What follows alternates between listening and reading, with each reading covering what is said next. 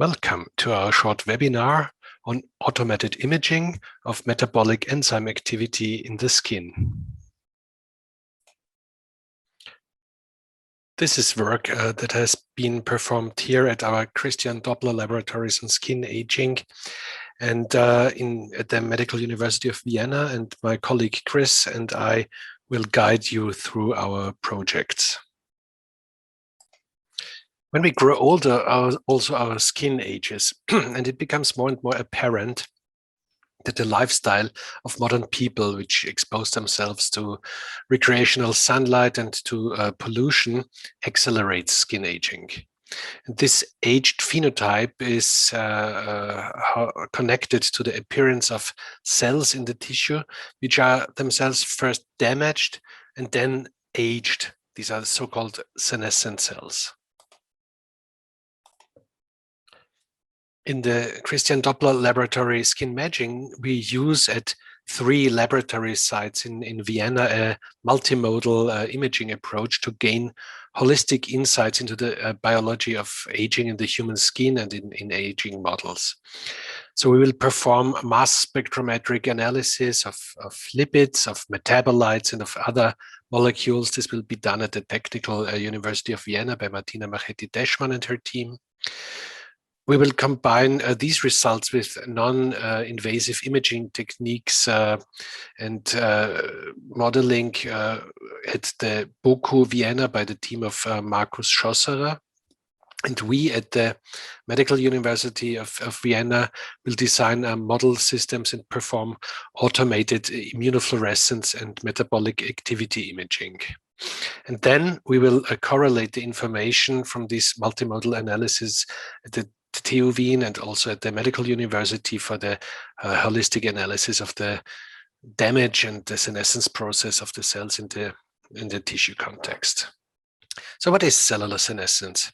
Cellular senescence is a cell cycle arrest state that is distinct from G0 quiescence, which is a typical cell cycle arrest state, but also distinct, and that's important in the skin, from terminal differentiation of, for example, epidermal cells there. Senescence is theoretically independent from organismal age. However, in aged individuals, we find the senescent cells more frequently. And it's not just a process that correlated to damaging and age. It's also a process that is important in embryogenesis and in wound healing, in tumor suppression, so in remodeling tasks of the organism, you find senescence. However, if there is a gradient of damage that reaches from, say, stress response to cell death, then senescence is the state where cells have encountered significant damage that needs either a long time to repair or is actually irreparable. So what are the typical causes or typical damages that then lead to senescence? So the most common causes are persistent DNA damage and associated persistent DNA damage signaling. This can be caused by, for example, shortening of telomeres in aging due to continuous replication of cells, and however, also activation of oncogenes can induce the DNA damage response, and the use of chemotherapeutics can itself induce DNA damage and DNA damage signaling and promote the senescence of cells. It's, however, not restricted to DNA. Also, damage to other macromolecules can promote senescence. For example, damage to proteins and lipids, especially their oxidation or their cross-linking.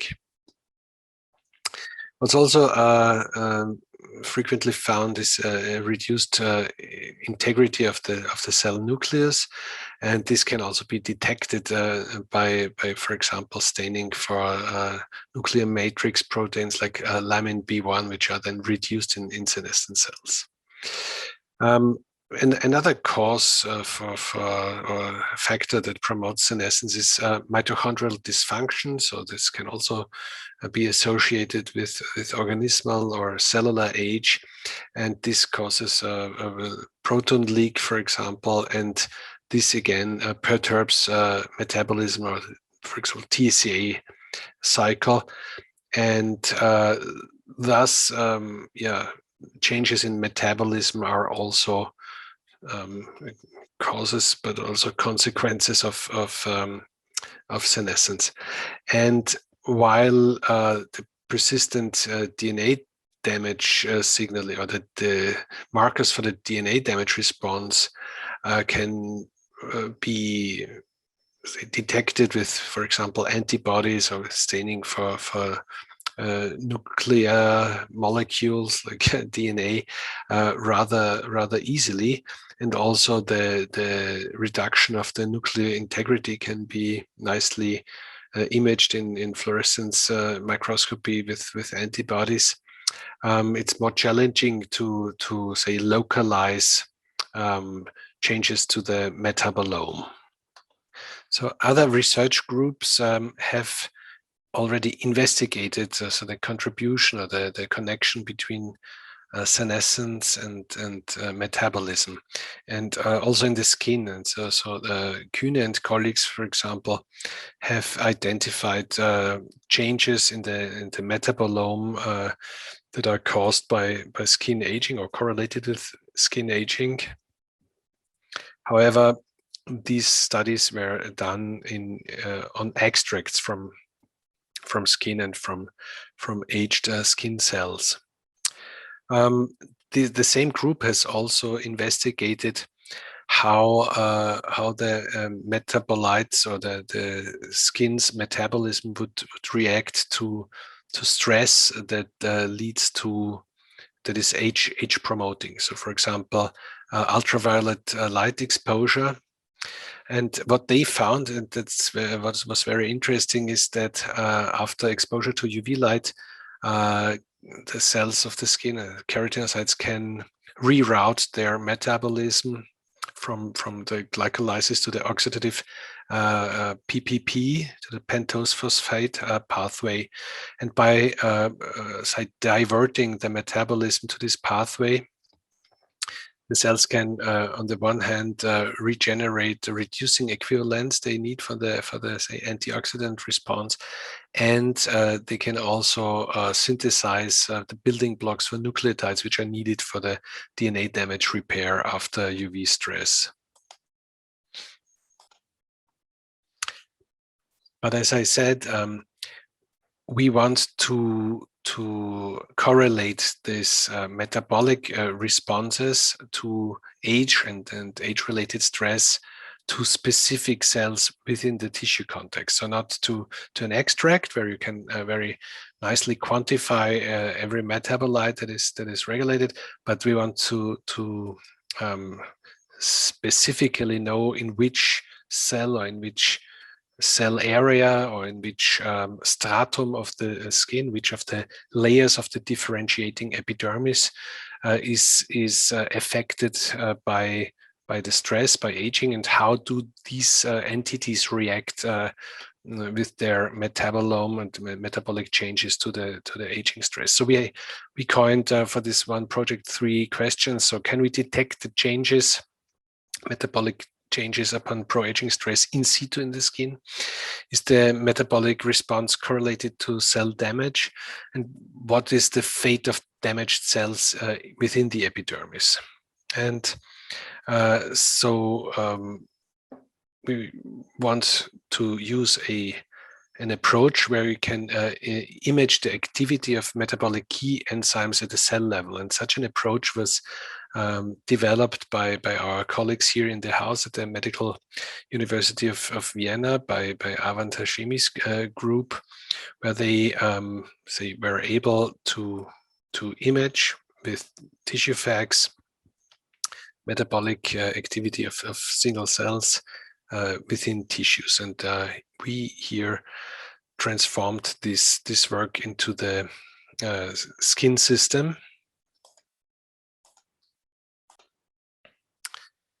And what we are using is our skin equivalent model. So we can culture epidermal keratinocytes and dermal fibroblasts in a, say, artificial dermal matrix, and can let them differentiate so that they form, as you see here in pink, a stratum corneum, a fully differentiated epidermal barrier. And we can expose these skin models to UV radiation in a very controlled manner, which you cannot do with humans. And what we also can do with these models, we can introduce damaged cells. So we can irradiate cells beforehand, label them with something, and introduce them into this skin equivalent model. Then we section this tissue and analyze it in multiple modalities, including automated imaging of enzymatic activity and immunofluorescence. The fate of keratinocytes in the epidermis is heavily linked to their respective localization within the tissue. And while cells in the basal layer are transiently amplifying, the cells that enter the suprabasal layer are committed to terminal differentiation. In this process, they transform from living cells to denucleated cell ghosts that now, as corneocytes, form their outermost barrier as the stratum corneum. As you see, the localization of a cell within the epidermis is crucial for its behavior and function. So with the help of Robert Nika and TissueGnostics, we were able to create an analysis profile for StrataQuest that allows automated recognition of the epidermis and allocation of single cells to the strata inside the epidermis. So let me walk you through our automated epidermal detection. We have here a section of human skin. We have the nuclei in the DAPI channel. We have two different fluorescence markers in Fritz and Texas. And we have an inverted bright field image.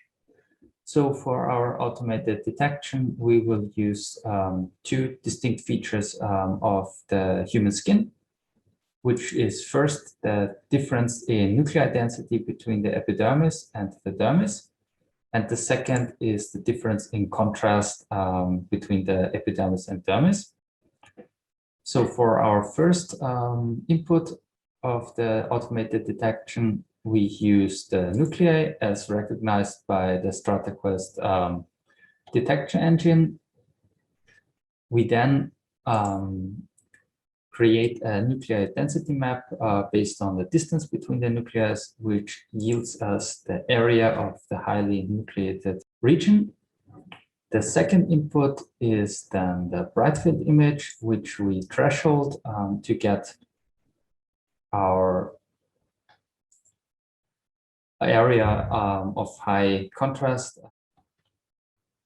So if we combine our two seed images, we will get the predicted epidermis. From there on, we want to further dissect the different layers in the epidermis.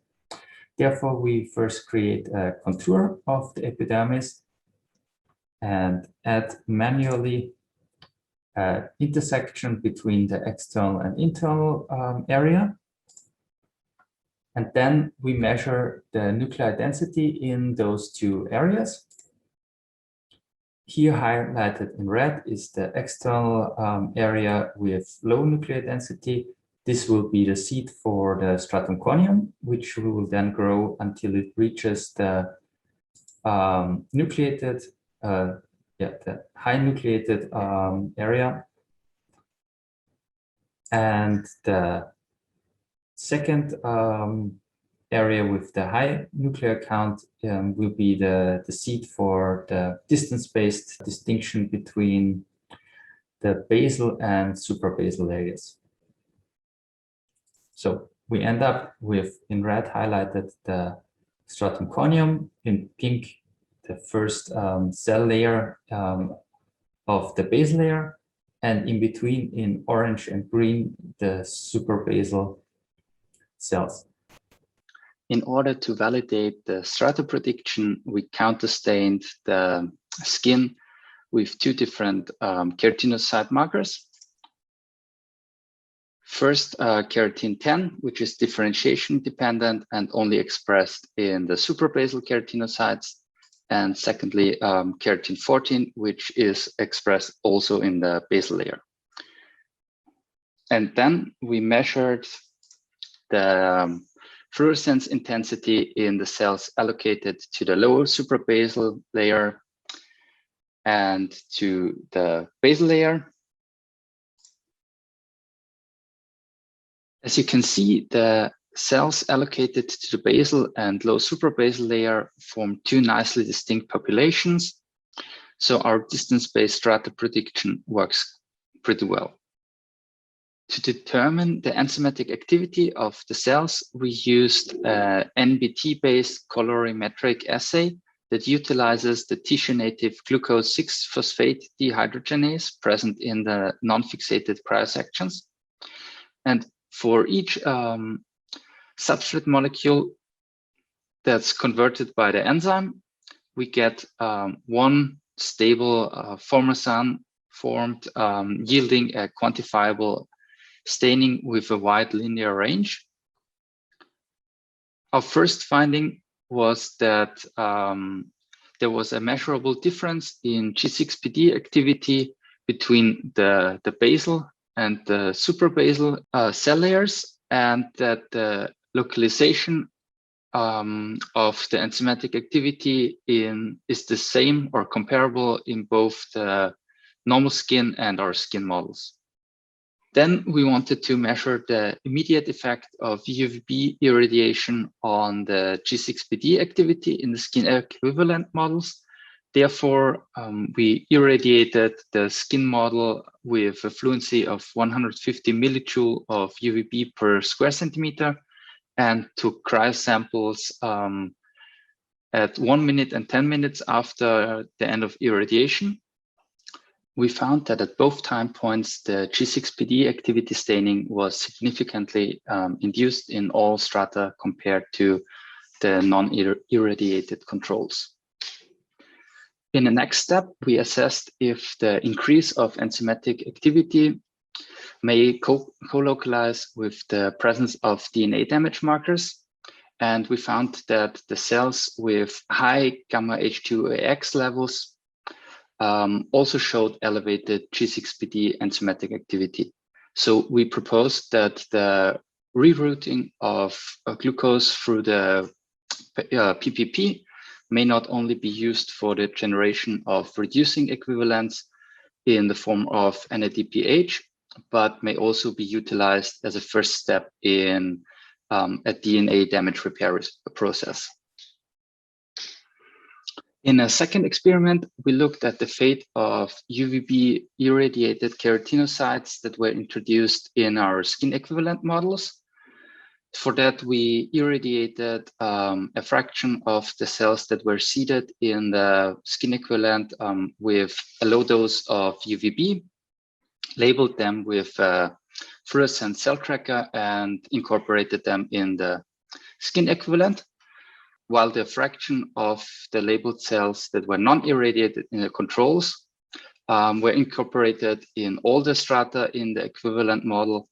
The UVB pre-treated cells were basically excluded from the basal and low suprabasal layers. And secondly, we found that the pre-irradiated cells after a week in the skin model showed a reduction in enzymatic activity compared to their untreated neighboring cells. And that may hint firstly at a removal of damaged cells via differentiation and at the exhaustion of G6PD activity after an initial increase upon UV exposure. And I want to end our webinar with a quick outlook of what we plan to do next. Since we upgraded recently to StrataQuest 7, we gave the AI-based classifier a try, and I simply marked the dermis, the epidermis, and the background. And after the short training, we got a nice epidermis prediction. And as you can see, the epidermis detection with the classifier is comparable to our contrast and nuclear density based one. So we are looking forward to implementing the classifier-based epidermis detection and combine it with our strata prediction to further streamline our workflow. And with that, I want to thank you for your attention, and our team at the Christian Doppler Laboratory for SKINMAGINE at the Medical University of Vienna, and Robert Nietzsche and Rupert Ecker from TissueGnostics for helping us out with our projects, and also all our cooperation partners. Thank you.